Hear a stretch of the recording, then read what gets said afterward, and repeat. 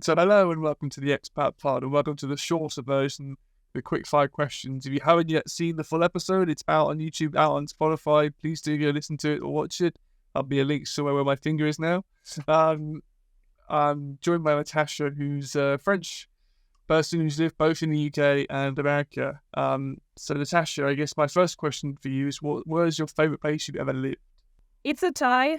It's a tie between my hometown, Versailles, and Richmond in Virginia on the US East Coast where I live now. And why those two places? I still have 2 parting friends. I spent most of my youth in the Versailles area. It's my old stomping ground. I don't care about the palace, though I'm a very bad Versailles person. I love the gardens, but I don't care about the palace. Best crepe restaurants ever in Versailles, even better than in Brittany. And just a lot of good memories altogether. And Richmond in Virginia, so I lived there for the past 5 years after escaping Texas when I got married. I love it. This place kind of feels like a little bit of the best of both worlds from Europe and the US. Very inclusive city. It has a lot of beautiful parks and an amazing botanical garden. So that's really nice because I don't like just having concrete around. No thanks. And in addition to loving this place being home, I also made a bunch of really good friends in the area and got one of my very close one. It was like a hard brother to me moving here like a couple of years ago. Amazing. What a great story. My next question is, what's your favourite international food? I know as a French person it might be quite difficult to choose not French food, but do you have a... Okay, I have to pick 2. I'm very bad. If you have me asking a favorite place, you're really getting the feel that I don't pick one, so deal with it.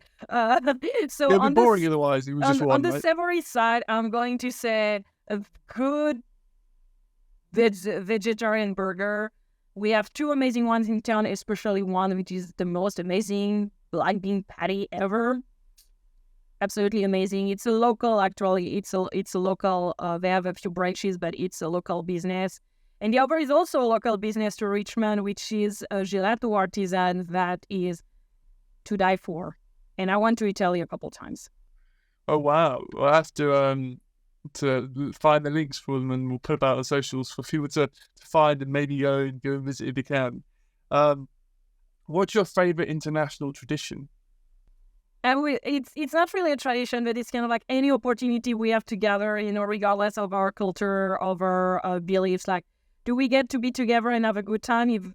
I'm here for it. So it's not really a tradition. It's just we have an opportunity to meet together, and I think it especially resonate after having gone through the pandemic. When it's like, even if it's meeting online or even in person, because sometimes the stuff has been so crazy, and when we get to move to in person when it's possible, even though I do value online communities, do we get to be in person even if you're just going for a walk? Yes, please.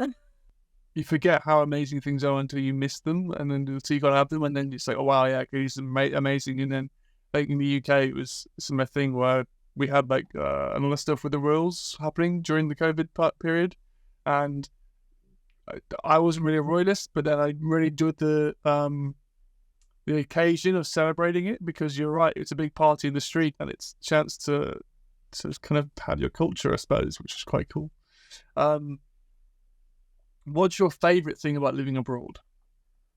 I cannot even say being a weirdo, because I was already a weirdo in France, so that does not count. I love living in a country where most of my friends are. That's a great point. Even in such a big country, I suppose, is it easy to go and see them and things, or how often do you see each other? That depends which one. And also there was the pandemic, so that didn't help. But we just made plans where friends were going to come over from another state like later this year, and there's a possible of other options of going to visit. So sometimes it's every 4 years, sometimes it's every 6 months. It's kind of very, very varied. And also, sometimes it's just going to be kind of one-on-one, and sometimes we're going to be a bunch of us meeting up. So, which can take more time to coordinate. Especially as we're adults. What's your best homesickness remedy? Either Skyping with my parents, which I'm very grateful they're night owls because it makes my life easier. So sometimes we just Skype and it's like, oh, it's midnight for you. And my parents like, yeah, we're going to go to bed at 2 a.m. anyway, so whatever. So that's very happy that my parents are night owls. And otherwise, it's some of my favorite French movies and TV show. My all-time favorite Christmas movie, which I have to rewatch every year, is Season's Beatings in English, La Bûche in French. And I have a few American friends who are like, you call that a Christmas movie? And we're like, no, like Die Hard is a Christmas movie. It's not that far-fetched. This, especially for this movie, is one I can watch it in August, even if it's supposedly a Christmas movie, because I just love it, especially since for me it's both my French side and my Slavic side, because the family is part Slavic in the movie. But not watching Asterix and Obelix, the comic book? Nope. The fun part is I do have one, and that I still have the copy in one on my shelf, which of my favorites, Belgian bande dessinée, favorite comic book from France, that I dragged all the way from France, which is Yokotsuno by Roger Leloup. And literally, my copies that I've been dragging since I was a kid in this room. That's incredible. What's the hardest thing about living abroad? I mean, it's kind of being that far away from my parents, because the visiting, you don't get on the Eurostar and cross over, or just take a train. It's always like a lot of logistics and a lot of investment. And also you cannot really go there for just a week, because between the jet lag and everything, but then it's like, how do you make the time off, and also like you don't necessarily want to be 5 weeks away from your significant other or, your friends or anything. But at the same time, it's like I'm glad technology exists. And again, without technology, that would be much, much harder. But it just kind of sucks that it's that complicated, I would say. That's a very good point. Yeah, I think even the connected world is still not in person, right? So it's tough. What's the best phrase you've learned whilst living abroad? Actually, I cannot think of one, but the immediate thing I thought about was when you speak more than one language regularly and you completely mix up both of them or cannot remember a word in either language, that's a pain in the rear. And I remember, because it's a private joke now, so I guess that counts as one of the favorite phrases, or the best phrases we have learned, because it's a private joke now with my husband, is during my PhD, I was doing my dissertation. I was so tired one evening. I needed shredded cheese. So tired. It's like 11 p.m. I'm gesturing toward the bowl of food where I wanted the cheese. And I point at the fridge and I look at my husband and I'm like, can you hand me the shredded fridge, please? Because in my tired brain, fridge sounded closer to fromage.